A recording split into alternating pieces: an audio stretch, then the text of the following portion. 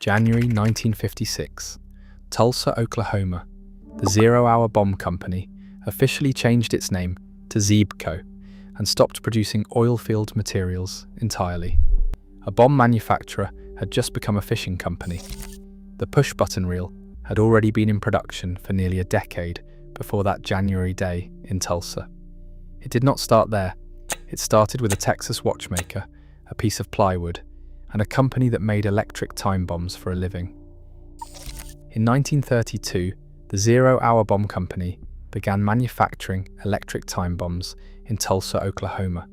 The bombs were electrically triggered and designed to be dropped down an oil well to break apart rock and release the crude below. In the 1930s, Zero Hour held a patent on those bombs, a patent that helped the United States supply 63% of the world's oil.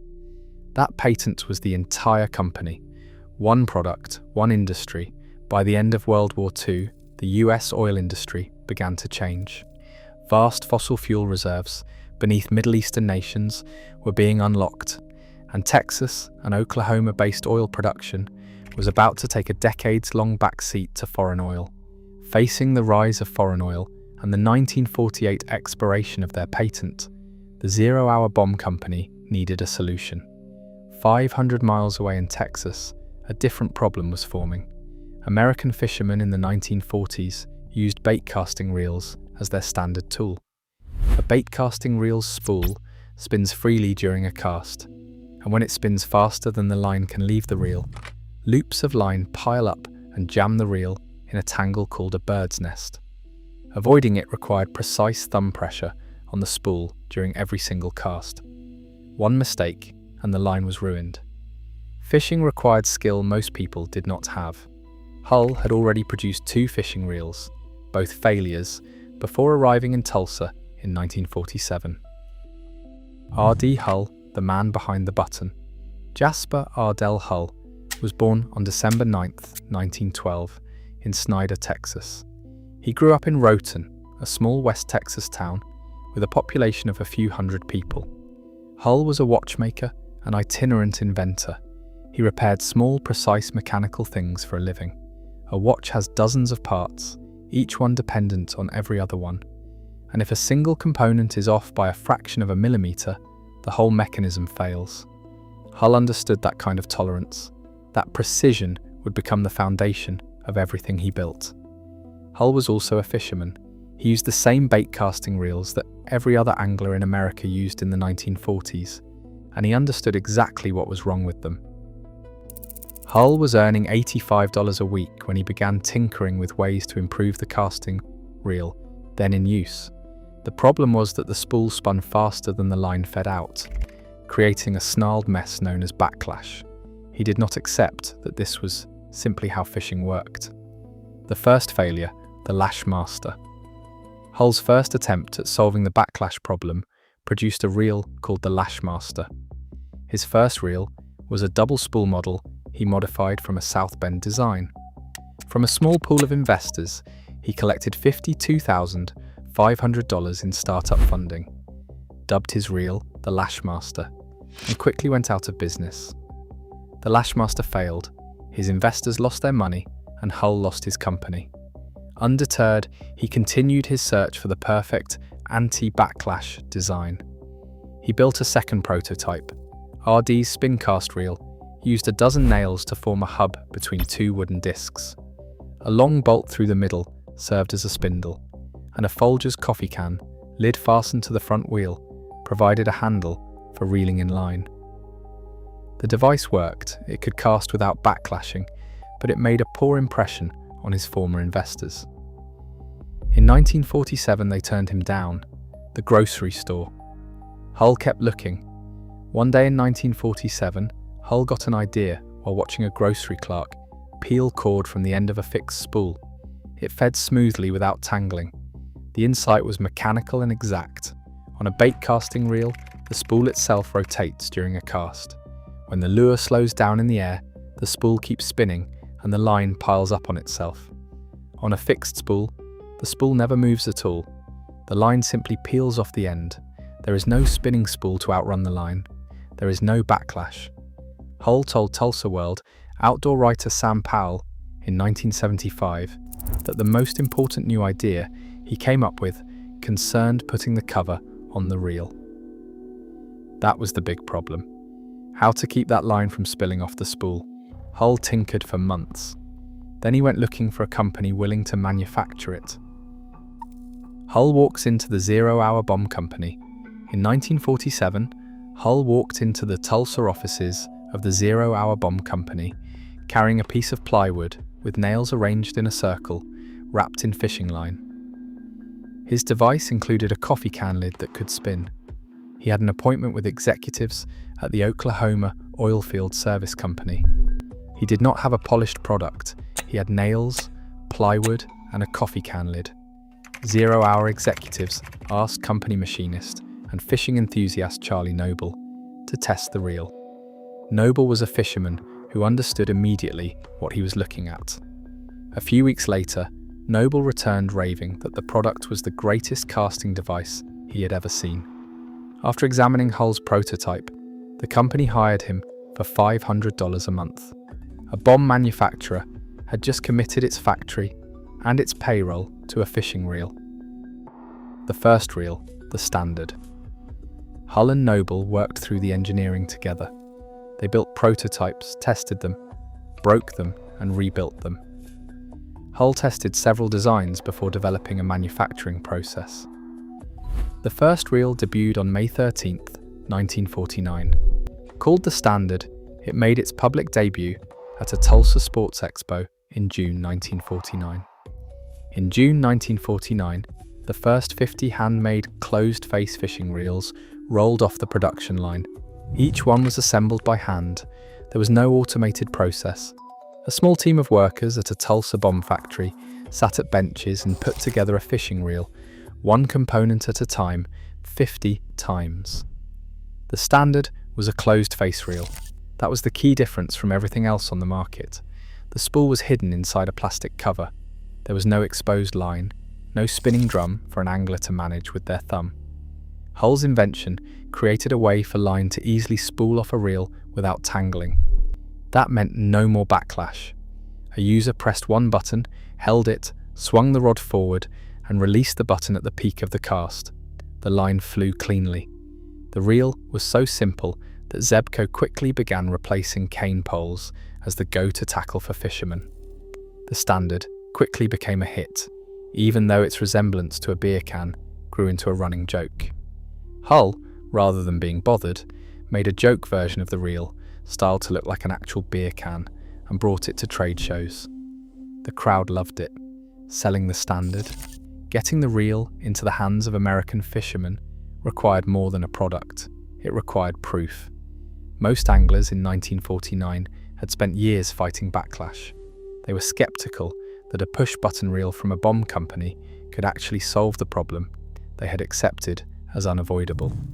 George Goetz was Zebco's first sales rep.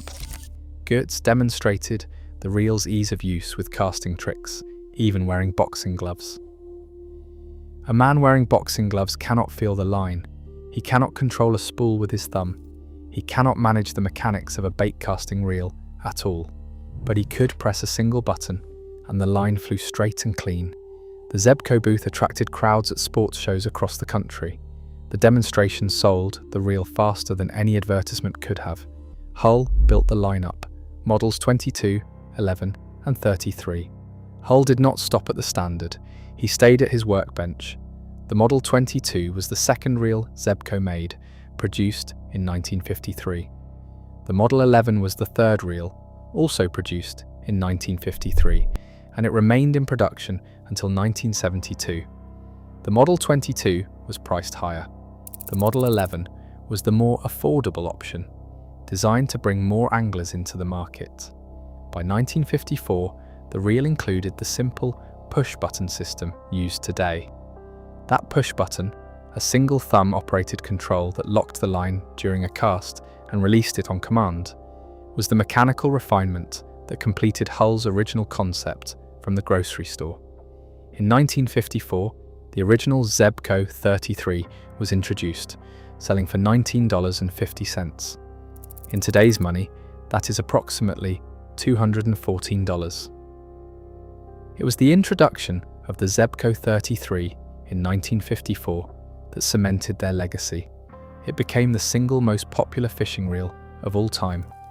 Within a few months of the Zebco name change in 1956, the iconic Model 33 launched, and sales rose 280%. More than 40 million Zebco 33s have been sold since the first one left the factory in 1954. Hull's 30-year record began with a simple fact. He maintained his desk at the company, and he continued drawing, testing, and filing patents. He remained in the firm's production department. He designed 26 reels and received 35 patents before retiring in May 1977. He died soon after, in December 1977. R.D. Hull never held ownership in the company. He served as Vice President of Research and Development for his entire time there. He built the product that turned a dying bomb manufacturer into one of the most recognized brands in American sporting goods history. Those 35 patents covered work he did inside the company. The bomb company's name was still on every reel sold in America. By the time the Zebco 33 was outselling every other fishing reel in the country, packages were still stamped 0 Hour Bomb Company, Tulsa, Oklahoma. That name was about to cause a problem at the White House. The reel on the bottom of every reel. Through all of the sales growth, through all the sports shows and boxing glove demonstrations and crowds, one thing had not changed since 1949. The regional marketing name, Zebco, had become popular, but the bottom of each reel's foot remained stamped with the name of the manufacturer, 0 Hour Bomb Company. Every Zebco reel sold in America between 1949 and January 1956 carried that stamp. A person buying a fishing reel at a sporting goods store in 1954 was taking home a product manufactured by a bomb company. Most customers never turned the reel over to read it. One package addressed to the President of the United States changed everything, the White House incident. In 1956, a friend of President Dwight D. Eisenhower asked the company to ship a reel to the White House. Eisenhower was an avid outdoorsman. The request was simple. The company packaged a reel and mailed it to Washington.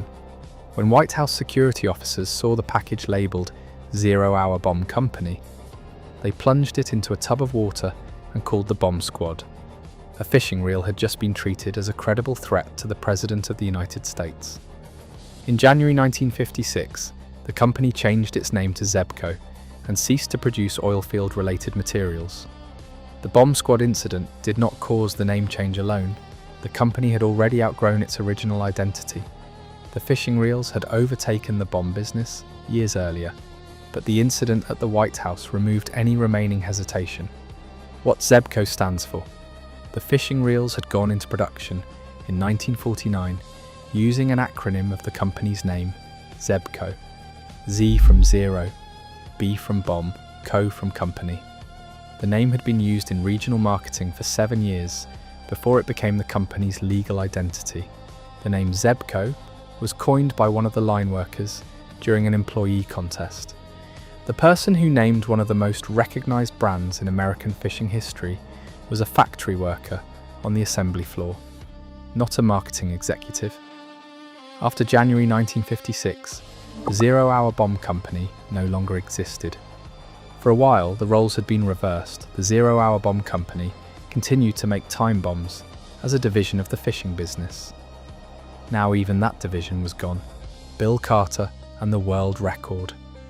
Also in 1956, Zebco's Texas sales representative set out to demonstrate the reel's core promise in the most dramatic way possible. Bill Carter was the representative. Carter set a world record for most casts without a backlash, 3,453 casts in 14 hours and 14 minutes. Carter had cast a Zebco 33 an average of 242.3 times per hour, slightly more than 4 casts per minute without a single backlash. It is a record that still stands. That record was not just a stunt, It was measurable proof of the reel's fundamental claim. The standard, the 33, every reel Hull had designed from a piece of plywood and a coffee can lid. They all delivered on the same guarantee: no backlash, no matter how many casts you make. Brunswick, the 202, an industrial scale. In 1961, Brunswick Corporation acquired Zebco and introduced the 202 ZB spincast. Described as an instant classic, Brunswick was not a fishing company. Brunswick made bowling equipment, billiard tables, and Mercury marine engines. It was a large American manufacturer with distribution infrastructure that Zebco, still operating out of Tulsa, did not yet have. The acquisition gave Zebco national reach. After the acquisition, Zebco acquired several smaller firms, expanded their national presence, and became involved in international marketing of their growing line of fishing equipment.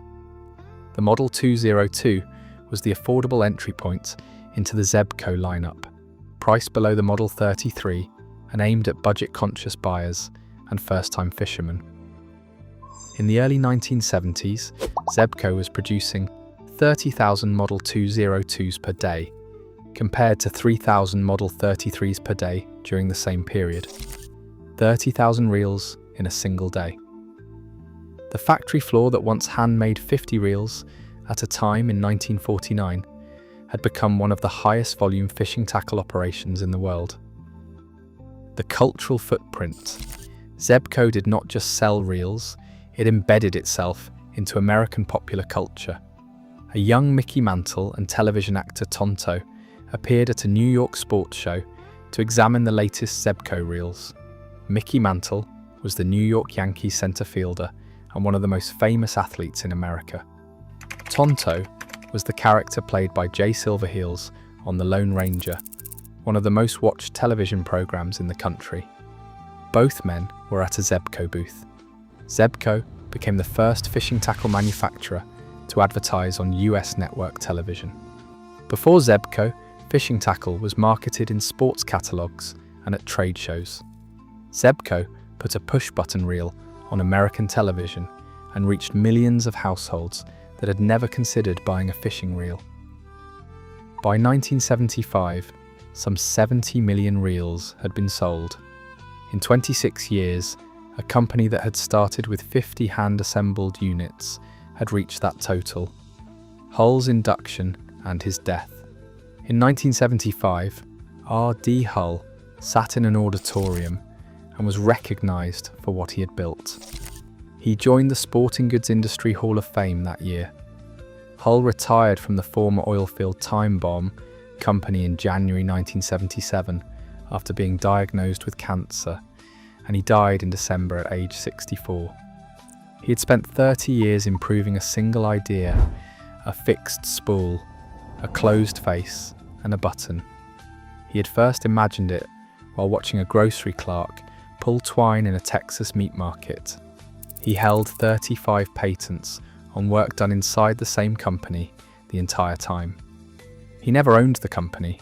He served as Vice President of Research and Development throughout his time there. In 2001, the W.C. Bradley Company bought Zebco from Brunswick. Zebco had now changed corporate hands twice in 40 years.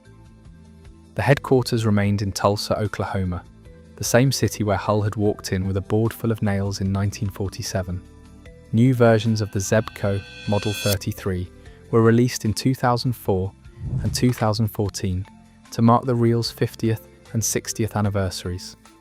The new models featured updates, including an electronic bite alert, but they do not look significantly different from the original. The push-button system that Hull refined in 1954 is still on the reel today. The enclosed spool that he argued for, the cover, the thing he called the most important idea he ever had, is still there. More than 40 million Zebco Model 33 reels have been sold since the first one left the factory in 1954. A man born in Snyder, Texas, in 1912, who repaired watches for a living and lost his first company, walked into a bomb factory in 1947 with scrap materials and built the most sold fishing reel in American history. If you enjoyed this story about the bomb company that accidentally taught America to fish, subscribe and like the video. It helps more stories like this one reach more people.